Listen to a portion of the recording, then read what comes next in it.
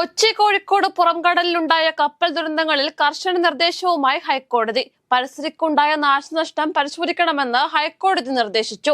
കപ്പൽ അപകടങ്ങളിൽ കർശന നടപടി വേണം. പരിസ്ഥിതിക്കുണ്ടാകുന്ന നഷ്ടം സാമ്പത്തിക നഷ്ടമായി കണക്കാക്കണമെന്നും ഹൈക്കോടതി നിർദ്ദേശിച്ചു. പടിയൂരിൽ അമ്മയെയും മകളെയും കൊലപ്പെടുത്തിയ സംഭവത്തിലെ പ്രതി പ്രേംകുമാറിനെ മരിച്ച നിലയിൽ കണ്ടെത്തി. ഉത്തരാഖണ്ഡിലെ കേദർനാഥിലെ വിശ്രമ കേന്ദ്രത്തിലാണ് മൃതദേഹം കണ്ടെത്തിയത്. സ്വയം ജീവനൊടുക്കിയതാകാമെന്നാണ് പോലീസ് നിഗമനം. നിലമ്പൂർ ആയിഷയ്ക്ക് നേരെ ഉണ്ടായ സൈബർ ആക്രമണത്തിൽ പ്രതികരിച്ച് സാംസ്കാരിക വകുപ്പ് മന്ത്രി സജി ചെറിയാൻ UDF അനുഭാവികളിൽ നിന്നും നടക്കുന്ന നിന്ദ്യമായ സൈബർ ആക്രമണങ്ങളെ ശക്തമായി അപലപിക്കുന്നുവെന്ന് അദ്ദേഹം പറഞ്ഞു. ജനാധിപത്യ സമൂഹത്തിന് ഒരിക്കലും അംഗീകരിക്കാനാവാത്തതും സാംസ്കാരികമായി അതപ്പതിച്ചതുമായ ഒരു പ്രവണതയാണിതെന്നും മന്ത്രി ഫേസ്ബുക്കിൽ കുറിച്ചു. പ്രചാരണത്തിനെത്തുമ്പോൾ ജമാഅത്തെ ഇസ്ലാമിയോടുള്ള സമീപനം എന്താണെന്ന് പ്രിയങ്ക ഗാന്ധി വ്യക്തമാക്കണമെന്ന് CPIM സംസ്ഥാന സെക്രട്ടറി MV ഗോവിന്ദൻ. ജമാഅത്തെ ഇസ്ലാമി കോൺഗ്രസ് ഐക്യത്തെക്കുറിച്ച് പ്രിയങ്ക ഗാന്ധി പരസ്യമായി നിലപാട് വ്യക്തമാക്കണമെന്ന് അദ്ദേഹം ആവശ്യപ്പെട്ടു.